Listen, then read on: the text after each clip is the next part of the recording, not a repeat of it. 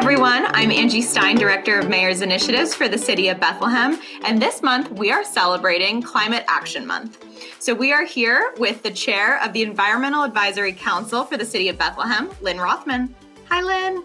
Hi, Angie. Thank you so much for taking the time to meet with us today. Well, thank you so much for being here. We're so excited to hear about the work that you have planned and to share that with our community. When was the Environmental Advisory Council, which I'll refer to from this point forward as the EAC, established? And what is the purpose of the EAC? So any municipality in Pennsylvania can establish an EAC, or Environmental Advisory Council. And then the municipality can use the expertise of their residents at no charge to help with decision making that relates to environmental issues. And an EAC can consist of 3 to 7 members. In May of 2007, Bethlehem City Council adopted Article 146, which established our city's EAC. EACs serve to educate the public, make recommendations to the city regarding ordinances and actions such as land use. They can take on conservation projects and act as a conduit between residents and the city to bring forth environmental concerns. Our goal is really to work with the city and support the city to assist in decision making and to encourage sustainable design and the use of renewable energy to protect and preserve the natural resources within the city of Bethlehem. I'm very proud we've established excellent working relationships with city council members, the administration, and many of the departments in the city.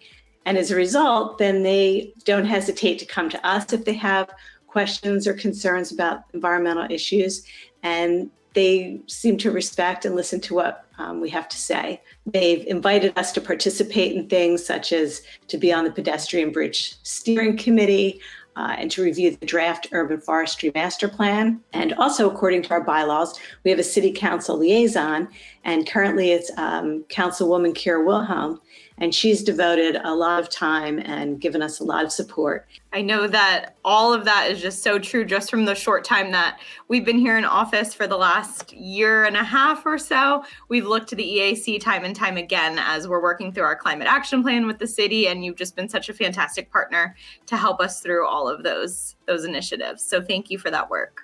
So what are the EAC's top goals for 2023? Our goal is really to continue work on the climate action plan. We have an energy committee that worked with the city's Department of Planning and Zoning, the Department of Codes, and the Fire Department to update the city's solar ordinances. And City Council voted in December 2022 to accept these proposed updates, which should hopefully streamline the process and allow for the maximum number of panels on each individual project. So our Food and Waste Committee made recommendations on a ban of single-use plastic bags. We're in the process of answering some of the questions and concerns that are generated by City Council. And our Green Committee works very closely with the City Forester. And we just received a grant from the Pennsylvania Native Plant Society to plant native vegetation along the perimeter of Madison Park. And we plan to work with neighboring residents and students on this project, and we'll begin preparing the site on April 15th in conjunction with the South Bethlehem Spring Cleanup. We have a longstanding committee called Bethlehem Backyards for Wildlife. They maintain the gardens on the Hoover Mason Trestle and also along the Bethlehem Greenway, as well as the Rose Garden Pollinator Garden on the west side. And then our Transportation Committee is looking at policies to deal with on-street charging of electrical vehicles. Some of the other things that we've done recently, we've re-engaged with Birdtown, Pennsylvania.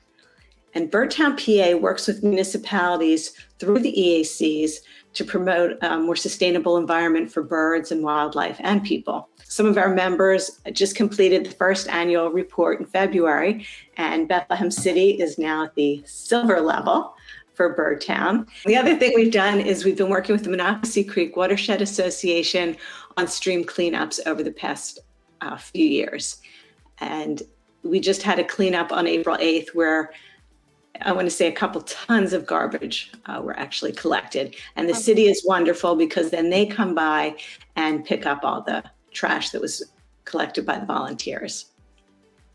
And if people want more information, we have a Facebook page, and we also have a website, BethlehemEAC.org. And all of our correspondence and our meeting information can be found on our website and on our Facebook page. And Lynn, are those meetings open to the public? How can the public get involved in those? So all of our meetings, actually by law, because we are an appointed arm of the government and we're subject to the sunshine laws, so all of our meetings are open to the public, and the public is welcome to come in person or join us virtually. So Lynn, what can residents do this month during Climate Action Month to help contribute towards the climate action progress here in Bethlehem? Well, firstly, they can certainly volunteer with our EAC. We're only a 7-member council, and we count on the public to join our committees and to also bring projects to us that we can then support. We post on our website, or you can go to the Bethlehem Backyards for Wildlife website to see when the volunteer days are for the Hoover Mason Trestle and the Greenway. And as always, people can recycle appropriately, conserve water. There are also currently in April and into May, there are a series of meetings on the South Side to discuss environmental justice and get the opinions and feelings and concerns of the residents. Anything else you would like to add that we may not have covered today? Well, I'd like to let you know that in 2020, the Allentown, Easton, and Bethlehem EACs initiated Lehigh Valley EAC network so that we can collaborate with each other and join forces, share information.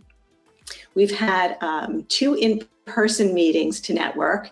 And last June, we had a virtual forum featuring Becky Bradley, the Executive Director of the Lehigh Valley Planning Commission. And on June 7th, we're having a hybrid forum on funding municipal energy efficiency and renewable energy programs at the Univest Public Media Center, which is right next door to Arts Quest. There is also an organization through the state. It used to be the Pennsylvania Land Trust, and now it's called We Conserve PA, and they oversee the entire state EAC network. And the same way, they promote collaboration between EACs. They have webinars, supporting materials. They have an annual conference for which our EAC members have helped to plan and have actually spoken at their conferences. Our EAC is successful because the city has such a great commitment and dedication to climate action. I know Mayor Reynolds says this all the time, and it ties perfectly into those comments that you just made, is that collaboration is so important when it comes to climate action, that municipal lines were drawn by human beings, not by science. Climate doesn't know any bounds. What is Bethlehem? What is Easton? What's Allentown? Just that it impacts us globally. So important to work with our other cities. It ties perfectly into our newly announced 3-city coalition and our ongoing work with Mayor Turk and Panto. Yes, well, and thank you for featuring the EAC on this Bethlehem Corner. Thank you so much for joining us. Happy Climate Action Month. Excited to get out there and do some cleanups.